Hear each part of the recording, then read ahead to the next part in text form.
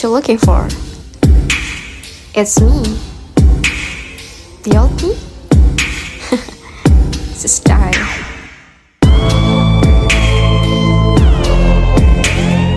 Assalamualaikum warahmatullahi wabarakatuh. Halo teman-teman semua.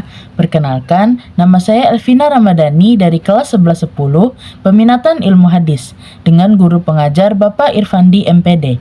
Di sini saya akan menjelaskan sebuah materi yang berkaitan dengan ilmu hadis dengan menggunakan sebuah media yaitu PowerPoint. Silakan disimak.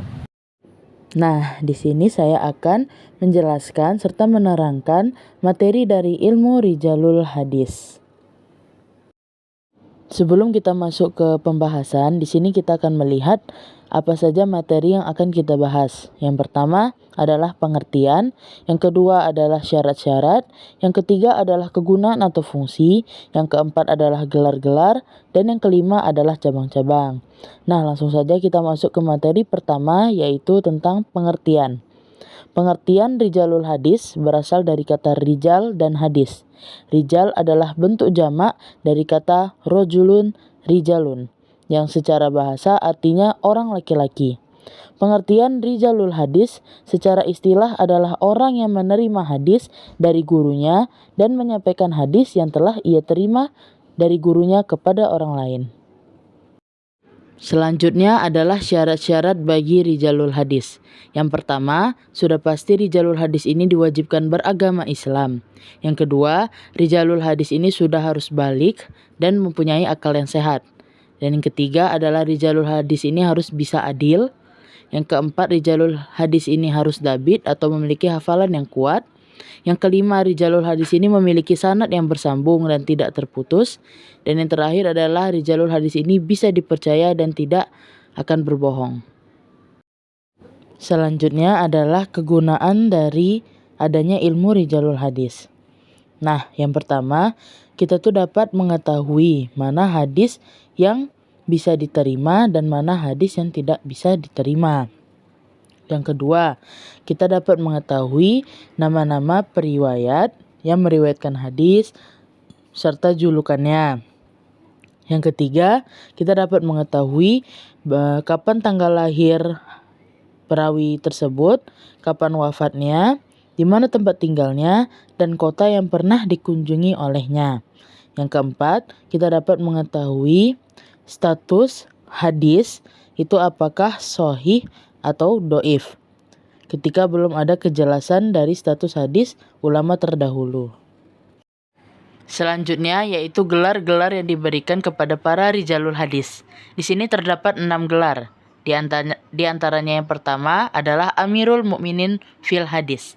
Amirul Mukminin fil Hadis adalah gelar yang diberikan kepada para khalifah setelah Khalifah Abu Bakar radhiyallahu anhu.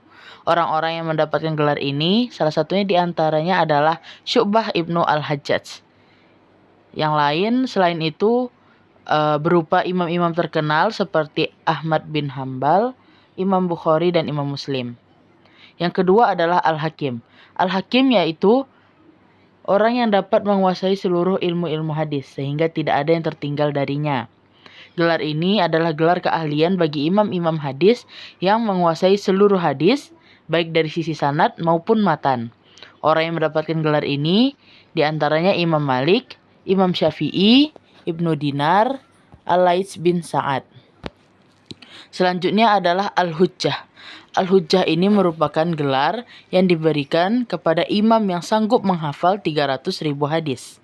Orang yang mendapatkan gelar ini salah satunya adalah Hisham bin Urwah. Selain itu ada Abu Huzail Muhammad bin Al-Walid dan Muhammad Abdullah bin Amr. Selanjutnya adalah Al-Hafiz. Gelar ini diberikan kepada ahli hadis yang dapat mensahihkan sanad dan matan hadis. Al-Hafiz itu harus mempunyai hafalan sekitar 100.000 hadis. Orang yang mendapatkan gelar ini diantaranya Al-Iraqi, Syarifuddin Ad-Dimyati, Ibnu Hajar Al-Asqalani, dan Ibnu Daqiqi. Selanjutnya adalah Al-Muhaddis. Al-Muhaddis ini hampir sama dengan Al-Hafiz. Bedanya adalah Al-Muhaddis ini orang yang dapat mengetahui sanad-sanad, ilat-ilat, nama-nama rijal, ali, dan nazil. Sekurang-kurangnya mereka bisa menghafal 100 hadis. Orang yang mendapat gelar ini adalah Atha bin Abi Rabbah, Ibnu Katsir, dan Imam Az-Zabidi. Terakhir adalah Al-Musnid, gelar keahlian bagi orang yang meriwayatkan sanadnya, baik menguasai ilmunya maupun tidak menguasai. Al-Musnid itu juga disebut dengan At-Talib, Al-Mubtadi, dan Ar-Rawi. Yang terakhir adalah cabang-cabang dari ilmu Rijalul Hadis. Ada 5 cabang. Yang pertama, ilmu Tarik Ar-Ruwat. Pembahasan ilmu Tarik Ar-Ruwat ini meliputi tanggal lahir dan wafatnya rawi, guru-gurunya para rawi, kepada siapa saja rawi menyampaikan hadis, masa pengembaraan dalam mencari hadis, tanggal sampai kota tempat mendapatkan hadis. Yang kedua adalah ilmu Jar wa Ta'dil. Ilmu Jar wa Ta'dil ini adalah ilmu yang mengkaji tentang periwayat hadis, yang memandang dari sisi kehidupan dan pribadi periwayat hadis. Yang ketiga adalah ilmu Tabakat Ar-Ruwat. Tabakat secara bahasa adalah suatu kaum yang memiliki kesamaan dalam suatu sifat. Sedangkan menurut istilah, tabakot itu adalah suatu kaum yang hidup dalam satu masa, memiliki keserupaan dalam umur dan sanad. Dikatakan, satu tabakat untuk para rawi memiliki persamaan sebagai berikut. Bersama hidup dalam masa yang sama, umurnya yang sama, menerima hadis dari guru yang sama, dan bertemu dengan gurunya secara bersamaan. Yang keempat adalah ilmu al-mu'talif al-mukhtalif. Secara bahasa, mu'talif itu artinya disatukan, dan mukhtalif itu artinya berbeda. Yaitu 2 nama sama khatnya, namun lafaz dan orangnya berbeda.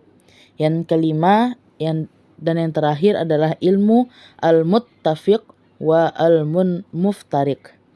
Persamaan 2 nama rawi pada khat dan lafalnya. Kalau sebelumnya al-mu'talif dan al-mukhtalif itu adalah hanya sama khatnya saja. Dalam usul fikih disebut dengan istilah mushtarak. Kesamaan ini terletak pada nama rawi sendiri, nama ayahnya, nama keluarga, dan lain sebagainya. Seperti contoh berikut ini. Di sini kita dapat melihat bahwa ini adalah contoh dari ilmu al-mu'talif al-mukhtalif. Tanpa harokat kita juga tidak bisa menentukan apakah itu hurufnya bisa menjadi ta, ba, dan lainnya. Ini adalah contoh dari ilmu al-muttafiq wa al-muftariq. Memiliki kesamaan dari nama ayah, nama kakek, dan nama dia sendiri.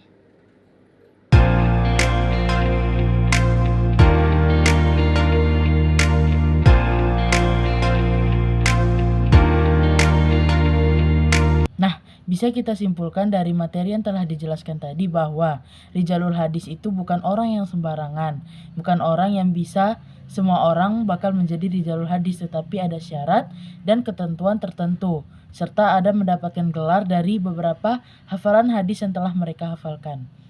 Sekian dari saya, semoga sangat bermanfaat dan semoga bisa menambah pengetahuan teman-teman semua. Wabillahi taufiq wa hidayah. Wassalamualaikum warahmatullahi wabarakatuh.